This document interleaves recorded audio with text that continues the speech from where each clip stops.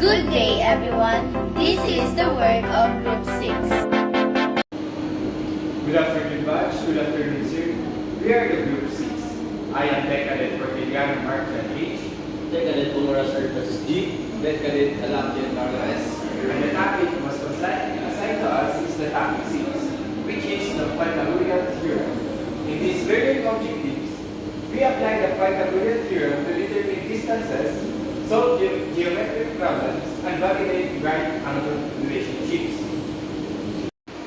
So, what is the Pythagorean theorem? In a right triangle, the square of the length of the hypotenuse is equal to the sum of the squares of the length of the two sides.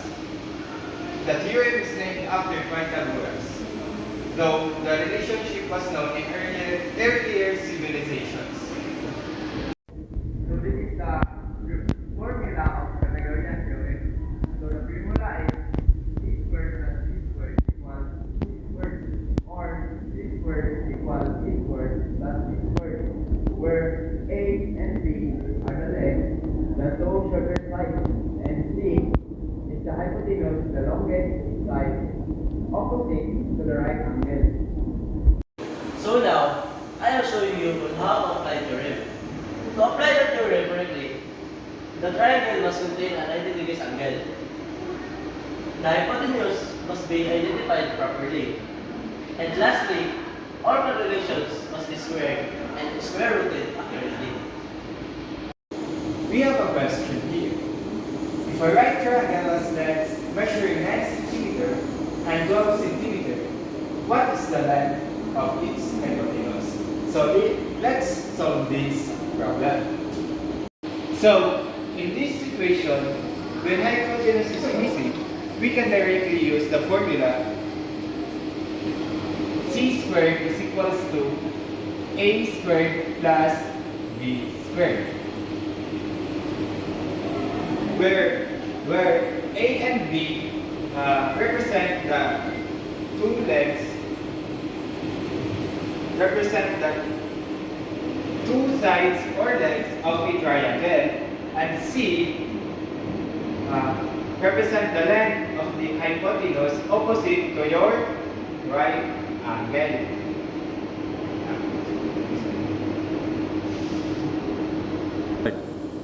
Here, in this triangle, we're given two legs, which is 9 cm and 12 cm.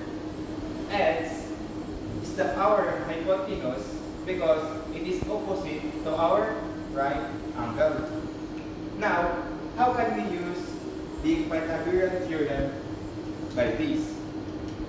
Let's represent our x as c and this 90 cm as a or b and 12 cm as a or b. So I will represent this 90 cm as our a and the 12 cm will be our b. So now, let's solve this using the Pythagorean formula. So c squared is equals to a squared plus b squared. Now let's substitute c as our x squared is equals to a is our 9 cm, 9 squared plus b is our 12 cm, 12 squared. Now let's simplify this problem. X squared is equals to 9 squared, which is 9 times 9 is 81, plus 12 squared is equals to 12 times 12 is 144. Now let's add these both. So x squared is equals to 81 plus 144 is 255.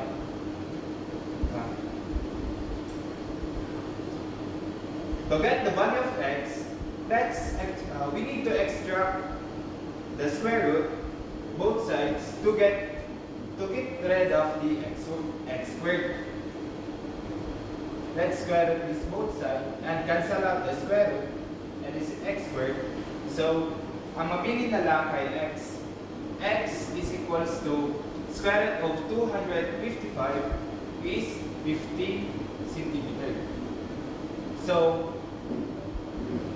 in this equation, the value of our x is 15 centimeter, which is the length of our hypotenuse, which is the 15 centimeter. So now, let's apply the Pythagorean theorem to determine distances. So the question here is, in a right triangle, the hypotenuse measures 13 meters and one leg measures 5 meters. What is the length of the other leg? So let's draw here. So this is 5 meters. And this is 15 meters. So we are going to find the length of this other leg. So let's draw write the formula. So the formula is a squared plus b squared equals c squared. So the a squared now is 5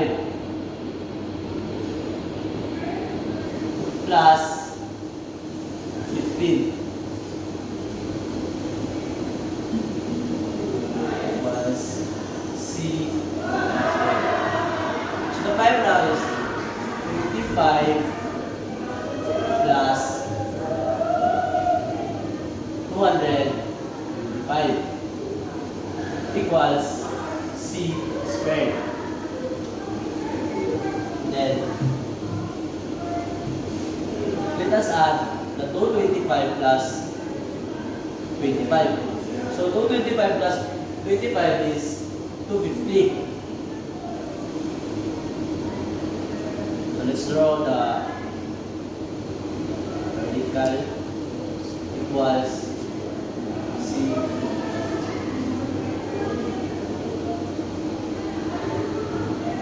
So now let us cancel this out and let the C right in here.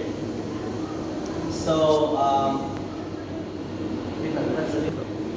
so let's cancel this out, the square, and this radical, and this term. So now let's extract the square root both sides and cancel it out. So the square root of 250 is 15. So this is the final answer. So 15 is the length of the hypotenuse. So I will explain to you again. So the formula is a squared plus b squared equals to c squared. So here you can see the 5 meters. So this is a 5 squared, and 15 is we put it in b squared. So this is the b squared now. b 15 squared equals c squared. So let's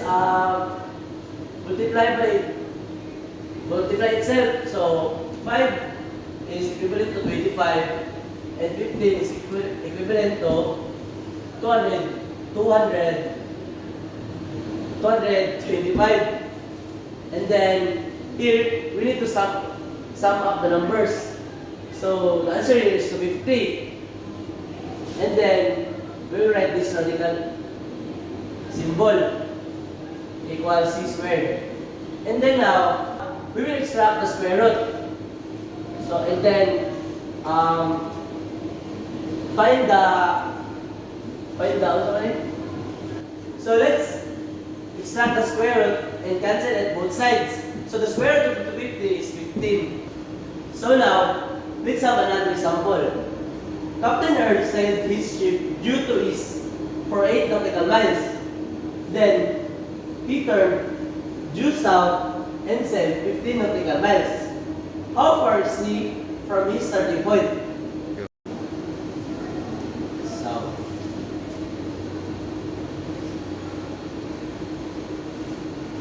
So here from east is 8 miles.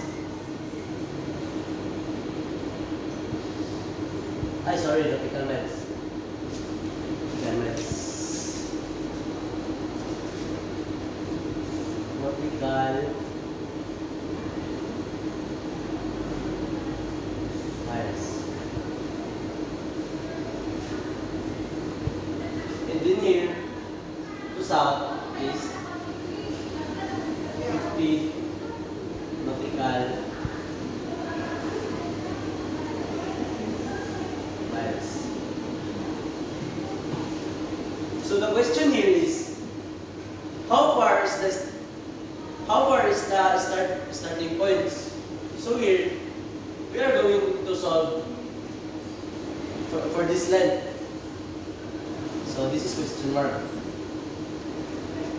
So let us write the formula.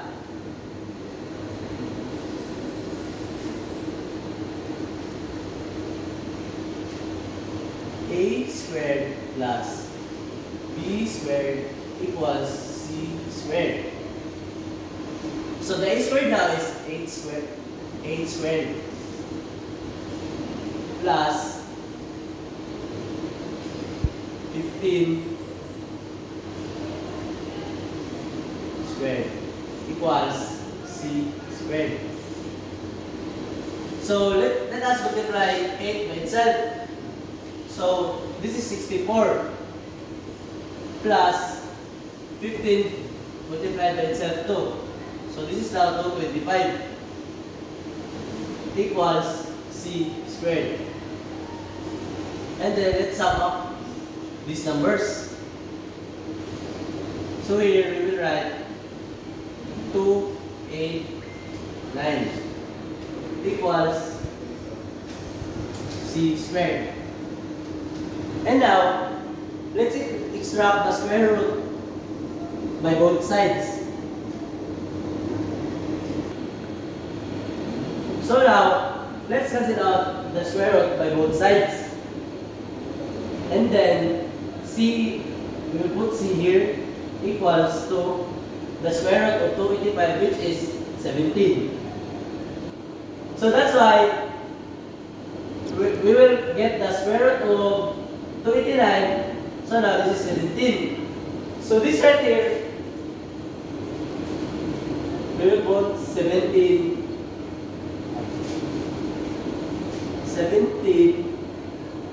nautical miles.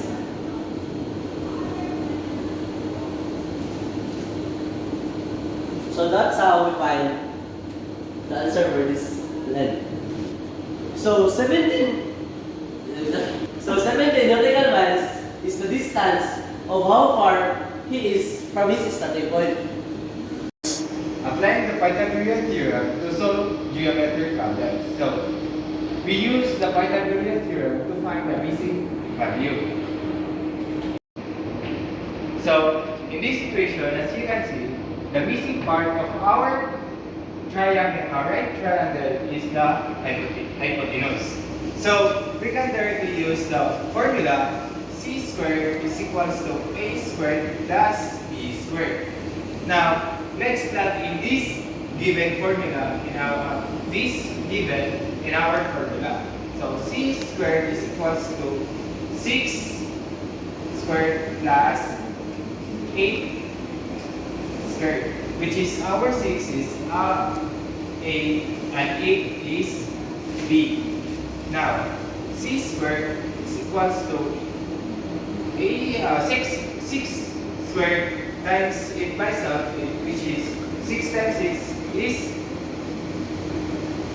36, plus 8 squared, which is 8 times 8 is equals to 64. Now let's add these two. C squared is equals to 36 plus 64 is 100. C squared is equals to 36 plus 64 is 100. So to get rid of the square root, we need to get rid of the c squared, we need to square and extract the square root both sides and cancel it out. So c is equals the square root of 100, which is 10. That is our answer. Since wala tayong specific unit, we can use units as units in general. So 10 units. When you notice, we didn't use positive or negative 10 as the square root of 100 because the value of x represent the length of the hypotenuse. Will not represent the length. The value of x represents the length of the hypotenuse. But we're not allowed to use a negative number to represent the length of something. So let's move forward to another problem. So this variable x is not the one of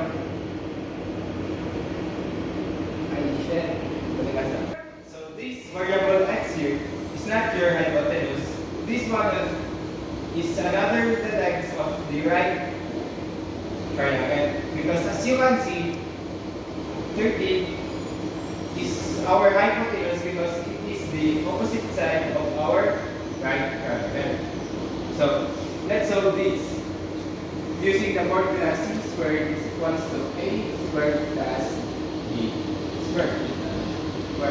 Now let's plug in the given.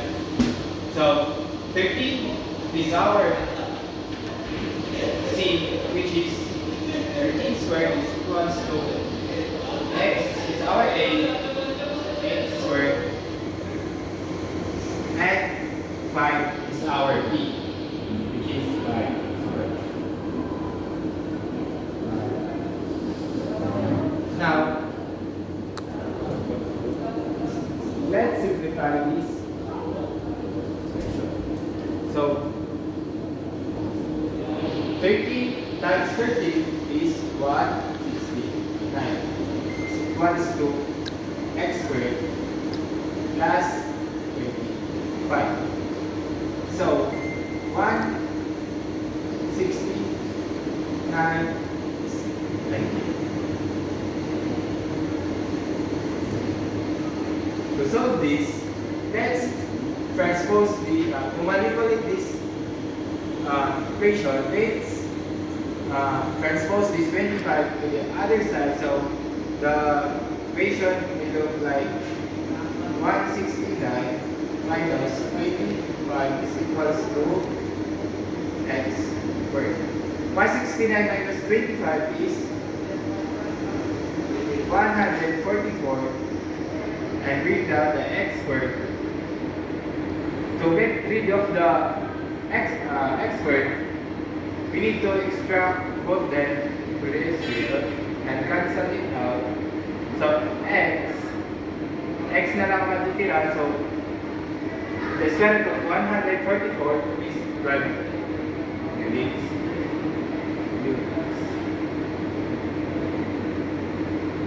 So the value of x is the 12 units.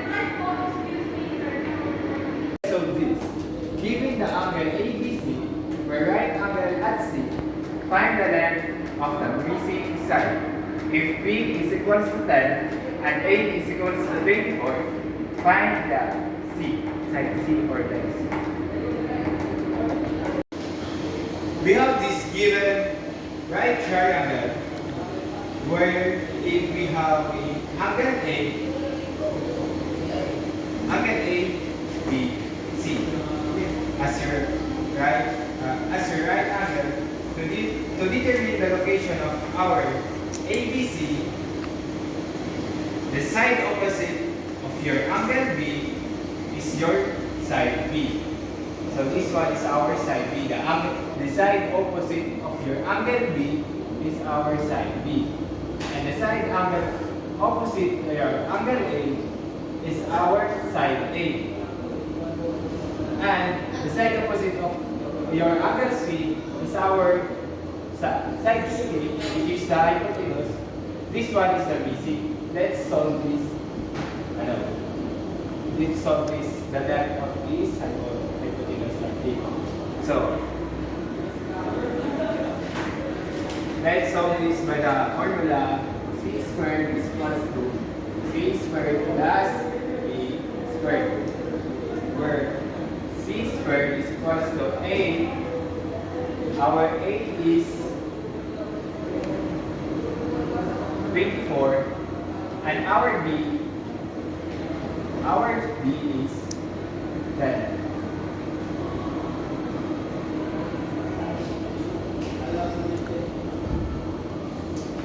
Our is 24 squared plus 10 squared.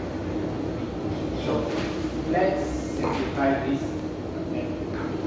C squared is equals to 24 times 24 is 576 plus 10 times 10, which is 100. C squared is equals to 576 plus 100 is equals to 676.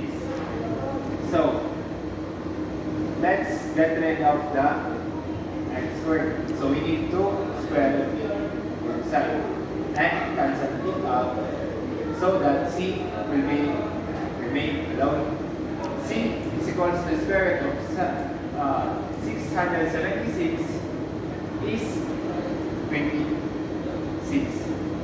Since wala tayong specific unit, we need to use the units as general. That is the value of our C. 26 units.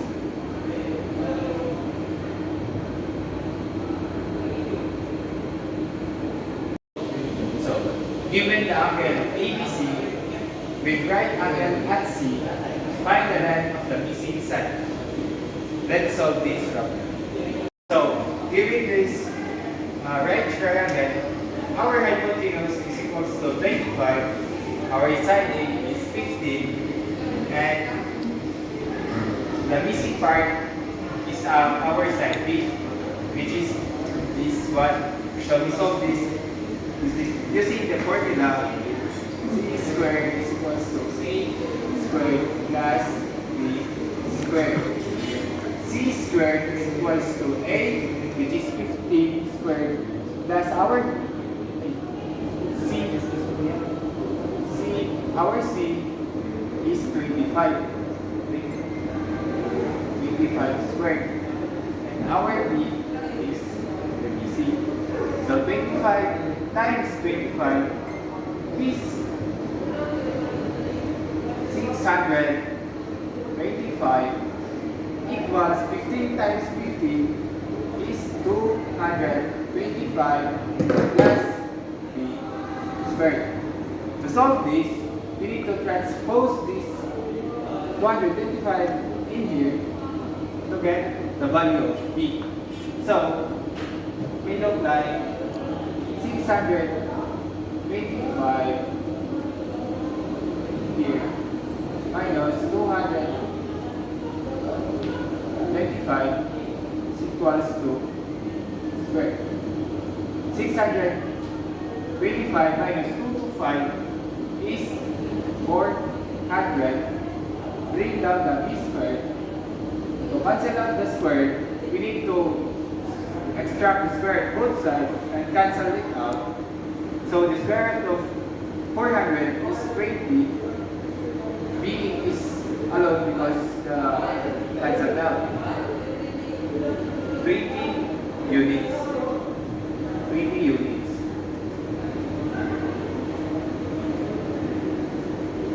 So the value of our B is 20 units.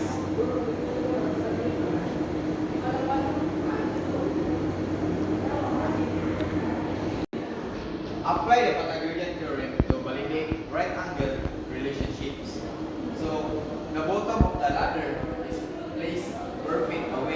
from a building. The top of the ladder is touching the building 12 feet above the ground. How long is the ladder?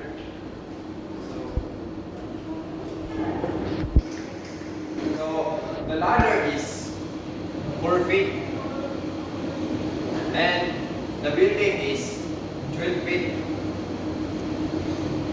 and above the ground. So the building is 12 feet and the ladder is 4 feet. So the formula is a squared plus b squared equals x squared. So our ladder is 4 squared 4 plus 12 squared equals c squared. So let's multiply by itself. So 4 times 4 is 16 and plus 12 times 12 is 144 plus c squared. So let's add these two. So 16 plus 144 is 160. So let's square root this plus and square and square root this and cancel. So 160 square root is 12.6 plus c. So this is how long is the ladder. So the formula is a squared plus b squared equals c squared. And then the building and the bottom of the building is 4 feet and the building is 12 then equals c squared. So 4 times 4 is 16 and plus 12 times 12 is 144. So equals c. So we need to add this 16 plus 144 equals 160 equals c squared. So we need to cancel this and this squared and this. So 160 square root is 12.6 feet equals c squared. So this is the long ladder. So this is another example of Pythagorean theorem. A 25-foot ladder is leaning against the side of a building and is positioned such that the base of the ladder is 21 feet from the base of the building. How far above the ground is the point where the ladder touches the building? So let's draw a building. Example of a building.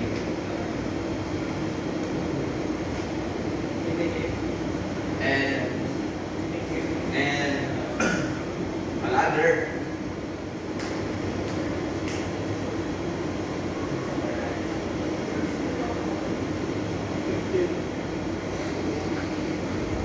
So this is our square. So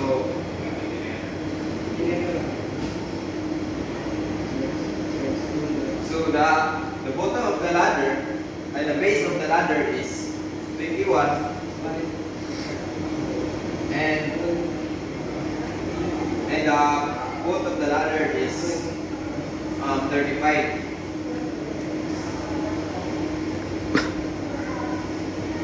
So the formula is e squared plus b squared equals c squared. So the base of the ladder is the base of the building is 21 squared plus x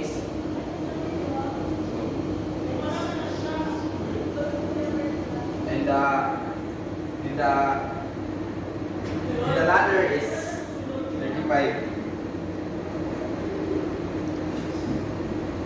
Squared. So, so let's 21 times 21 is 441, and plus, so x squared.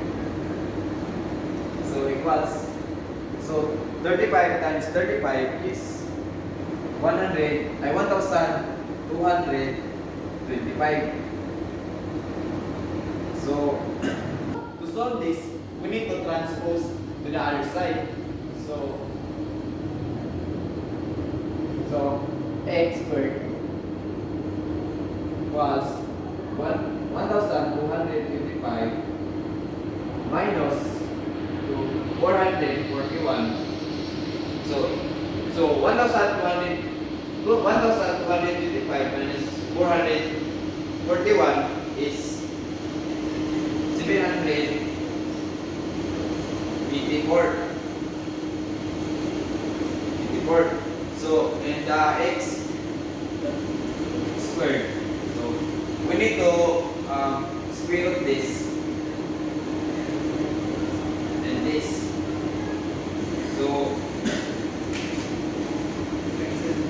So cancel this and this. So the answer is x equals 28 feet.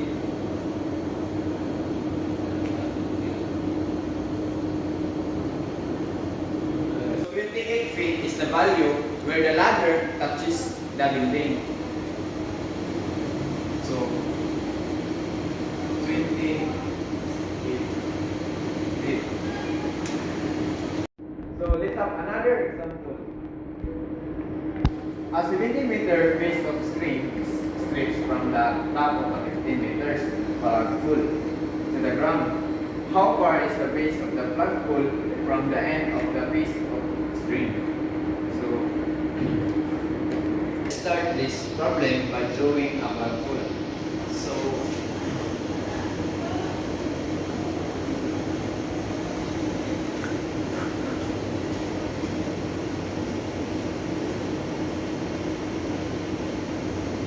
So in the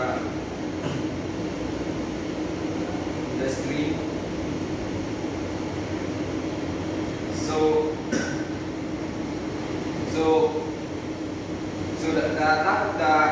the top of the plug hole is 15 meters. And in the 7-meter piece of the string stretch.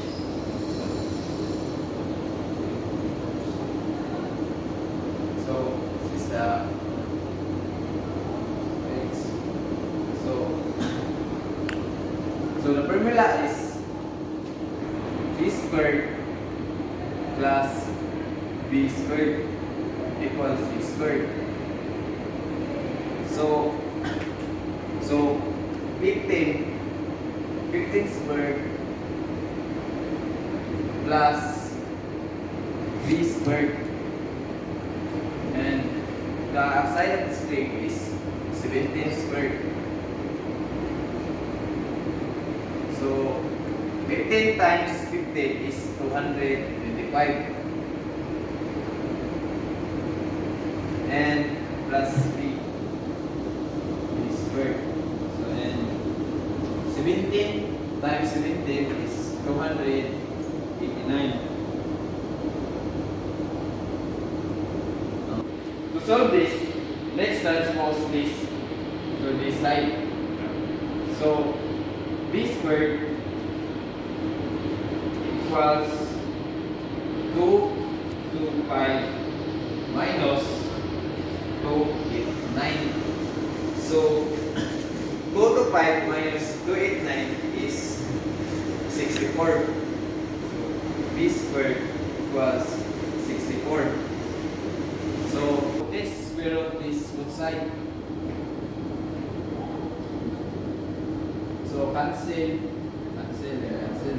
So the square root of 64. So the square root of 64 is 8. So B equals 8.